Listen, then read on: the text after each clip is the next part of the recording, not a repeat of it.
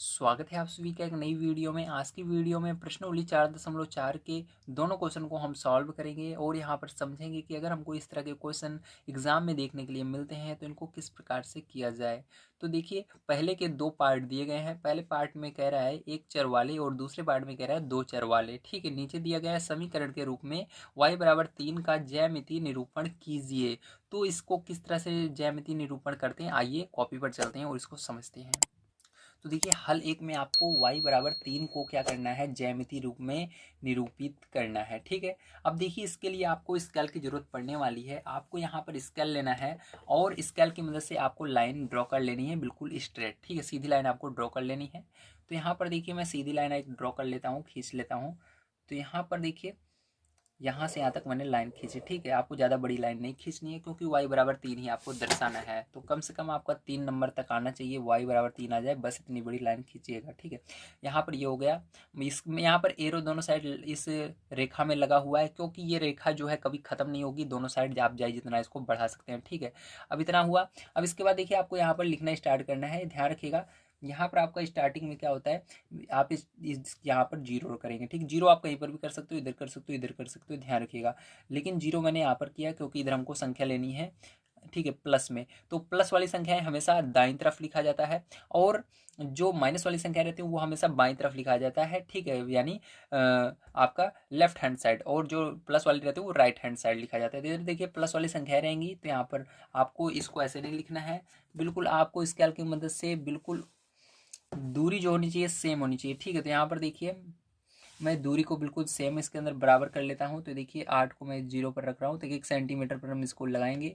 निशान आपको बिल्कुल इस तरह करना है ताकि आपका कभी भी गलत ना हो। ठीक है, अगर आपने हमारा पीछे वाला वीडियो देखा होगा तो उसके अंदर मैंने आपको बताया था, इसके पीछे की जो एक्सरसाइज थी उसको मैंने सॉल्व कराया था ना, उसके अंदर बताया था। अगर आपने नहीं देखा है तो आप सभी को हमारे चैनल पर चले जाना है, वहाँ पर आप सभी को प्लेलिस्ट मिल जाएगी, या आप सभी को मैं लास्ट में अवेलेबल कराने की कोशिश करूँगा, वहाँ पर भी आपको एक्सरसाइज मिल जाएगी। ठीक है, जिसकी मदद से आप सभी बढ़िया तैयारी कर सकते हैं। देखिए यहाँ पर मैंने बिल्कुल 1 1 सेंटीमीटर पर क्या किया है, इसको निशान लगा लिया है। ठीक, अब यहाँ पर लिखना स्टार्ट करेंगे। यहाँ पर 1 होगा, यहाँ पर 2 होगा आपका, यहाँ पर 3 4 5 और 6 और यहाँ पर 7 होगा। ठीक, इसी तरह से इधर बाईं तरफ आपको माइनस वाली संख्या होंगी तो -1 होगा, -2 होगा। आप आगे और लिख सकते हो लेकिन काम नहीं है हमको, केवल हमको प्लस का काम था इसलिए हमने इधर ज़्यादा लिखा है। ठीक है, अब देखिए इसको आपको y=3 दिखाना है। तो 3 देखिए प्लस में है माइनस में, तो आप सभी जानते हैं यहाँ पर 3 जो है प्लस में है, तो 3 इधर प्लस में कहाँ पर दिख रहा है, ये रहा।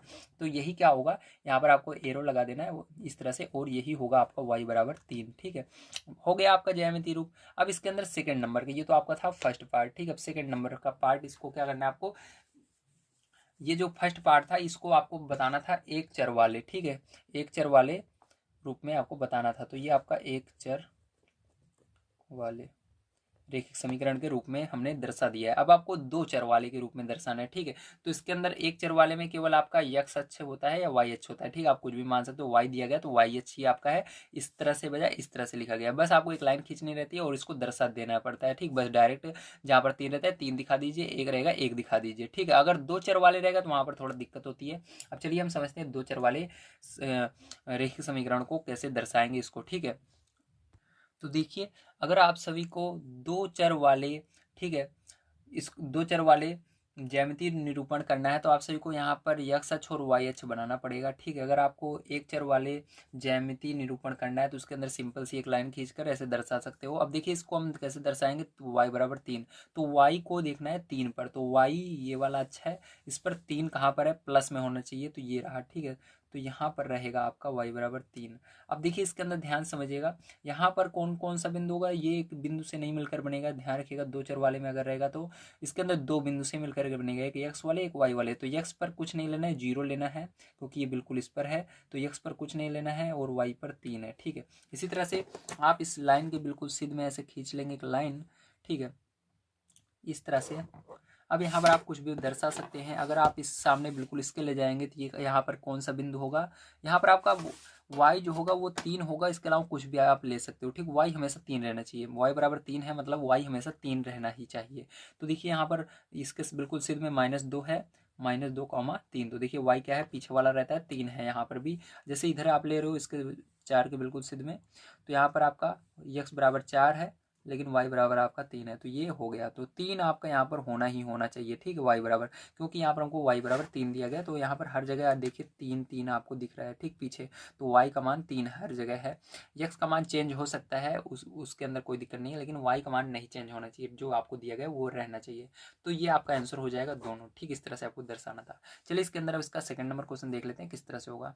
तो देखिए सेकंड नंबर क्वेश्चन आपको दिया गया है एक चर वाले दो चर वाले, ठीक, इसके अंदर भी सेम वही क्वेश्चन है, लेकिन नीचे जो है वो अलग है। दिया गया समीकरण के रूप में 2x+9 बराबर 0 का ज्यामितीय निरूपण करना है आपको यहाँ पर, ठीक है। तो आपको थोड़ा सा यहाँ पर समीकरण रूप में दिया गया है। अब इस समीकरण को आपको थोड़ा सॉल्व करके तब इसको दर्शाना है, ठीक, कैसे करेंगे आइए देखते हैं।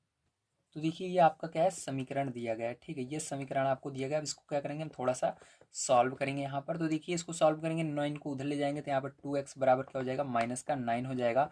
x बराबर क्या हो जाएगा, -9। अब ये 2 जो है इसके अपॉन में चला जाएगा, बटे में चला जाएगा। अब देखिए ये आपका x बराबर आपको यही लिखना है, लेकिन आपको इसको, ठीक है, ये पता नहीं चलेगा 9/2 आखिर है कहाँ। तो आपको क्या करना है, सिंपल सा इसको अपना अलग जगह भाग दे लेना है। जैसे इसको इधर भाग दे देते हैं, 9/-9/2 भाग दोगे आप तो कितना जाएगा, देखिए, तो ये आपका आ जाएगा 2 से भाग दोगे 9 में, ठीक है, तो 2 चौक 8 बचेगा 1, फिर दशमलव लगाओगे, 2 पंचे 10, ठीक है। तो माइनस का क्या आएगा, माइनस का 4.5 जहाँ पर रहेगा वहीं पर आपका ये रहेगा, ठीक है, सिंपल सा है। यहाँ पर इस तरह से भाग देकर आपने देख लिया। अब क्या करना है आपको, फिर से उसी तरह से लाइन बना लेनी है, ठीक है। तो यहाँ पर लाइन ड्रॉ कर लेंगे हम। तो यहाँ पर चलिए हम लाइन बना लेते हैं। तो इस तरह से आपको लाइन सिंपल सा फिर से खींच लेना है और यहाँ पर इसको दर्शाना है, ठीक, इस लाइन पर। अब कैसे दर्शाएंगे, ध्यान से देखिएगा। अब यहाँ पर इसके लिए क्या करना है आपको, ठीक है, अब इसके लिए आपको फिर से यहाँ पर लिखना स्टार्ट करना है, लेकिन इस तरफ देखिए माइनस में आपका ये जो आंसर आएगा x बराबर -9/2, ये कहाँ पर रहेगा, माइनस की ओर रहेगा। माइनस हो रहा, आपको ज़्यादा संख्या लेनी है, 0 आप यहाँ पर लेंगे, इधर 1 इधर 2, ठीक, इस तरह से। अब देखिए इधर -1 ले लेते हैं हम, इधर होगा -2, इधर होगा -3, इधर होगा -4, इसी तरह से -5, ठीक है। अब देखिए आपका कहाँ पर आएगा, -4/5, तो 4 के इधर ही आएगा, ठीक है, -4 यहाँ पर है और -4 के बीच में आपका आएगा -4/5। ध्यान से समझिएगा, देखिए -1 -2 -3 -4, फिर -4.5 बीच में आता है, फिर -5 आता है, ठीक। तो यहीं पर जो होगा माइनस का क्या होगा, ये इसको दर्शा देंगे, ये जो होगा आपका यहीं पर होगा। ये समीकरण कौन सा समीकरण था, 2x+9, ठीक, आपको ये -4/5 यहाँ पर नहीं लिखना है, जो समीकरण दिया गया उसको लिखना है, ठीक, आपको ये यहीं पर होगा, ठीक है, समझ गए आप सभी। ये इसका हो गया ज्यामितीय निरूपण, ठीक है, ये हमने किया एक, पहला क्वेश्चन था हमारा, ठीक। अब चलिए इसका सेकंड पार्ट भी हम यहाँ पर सॉल्व कर लेते हैं। तो देखिए यहाँ पर मैंने ग्राफ बना लिया। अब इसको क्या करना है, हमको ज्यामितीय रूप में इसको निरूपित करना है। अब कैसे करेंगे, ध्यान से समझना है आपको, ठीक है। अब देखिए यहाँ पर आपको सबसे पहले ढूंढना है यक्स अक्ष पर, ठीक है, क्योंकि ये यक्स बराबर दिया गया है आपको, तो यक्स अक्ष पर ढूंढना है आपको। यहाँ पर देखिए इसको हमने भाग दिया था तो क्या आया था, -4/5 आया था, ठीक है। तो -4/5 देखना है कहाँ पर है, तो यक्स अक्ष पर आपका -4/5, यहाँ पर देखिए -4 है। इसी तरह से यहाँ पर बीच में क्या होगा, -4 और -5 के बीच में होगा -4/5, तो यहाँ पर होगा, ठीक है, तो यहीं पर होगा। अब देखिए आपका ये जो -4/5 है, आपको क्या करना है, इसको y के पैरेलल, ठीक है, आपको लाइन यक्स अक्ष के जिस पर ढूंढ रहे हैं उसके बिल्कुल सिद्ध में नहीं खींचनी है लाइन। तो यहाँ पर यक्स अक्ष पर हमने देखा है, तो यक्स के सिद्ध में लाइन नहीं खींचेंगे, जिस अक्ष पर हमने नहीं देखा उसके अक्ष में खींचेंगे, ठीक है। तो यहाँ पर देखिए यक्स के अक्ष में हमने नहीं देखा है, सॉरी, यक्स के अक्ष पे हमने देखा है, वाई के अक्ष पर नहीं देखा, तो वाई के बिल्कुल सिद्ध में क्या करना है, एक लाइन खींच लेना है इस तरह से, ठीक है आपको। तो ये वाली जो लाइन रहेगी आपका, ये जो रहेगा बिल्कुल कांस्टेंट रहेगा, ये लाइन नहीं चेंज होगी। आपका यहाँ पर कौन सा बिंदु होगा, यहाँ पर एक्स वाला पहले लिखा जाता है, तो यहाँ पर आपका आएगा -4, ठीक है। आप क्या लिखेंगे, यहाँ पर भाग दिए थे तो क्या आया था, -4.5, ठीक है, और वाई यहाँ पर 0 है इस लाइन पे, अगर ये रहेगा तो। इसी तरह से आप कुछ और बिंदु ले सकते हो यहाँ पर, जैसे ये वाला ले लीजिए, तो यहाँ पर कौन सा, यहाँ पर देखिए y बराबर 4 है, लेकिन x बराबर क्या है, x बराबर आपका सेम यही रहेगा, -4.5, ठीक, y बराबर 4 है, ठीक। इस तरह से आप कहीं पर भी लेंगे, यहाँ पर जैसे लेंगे तो क्या होगा, ये तो x वाला सेम रहेगा क्योंकि बिल्कुल इसके सिद्ध में है x के, तो ये -4.5, y चेंज हो रहा है, y 7 है, ठीक है, इस तरह से। तो यहाँ आपका इसका मेन पर्पज़ ये होता है कि आपका जो यहाँ पर आंसर आता है, ठीक है, जो हमने भाग देकर लाते हैं या जो आपको दर्शाया जाता है, जो हम दर्शाते हैं वो कभी चेंज नहीं होता, इसके अलावा दूसरा चीज़ चेंज हो सकता है। ठीक है, तो ये सिंपल सा होता है, बहुत ही आसान था। ठीक है, अगर एक चर में है तो, अगर दो चर में है तो आपका वो जैसे एक्स और वाई दोनों का मान है तो वो तो चेंज होता ही है।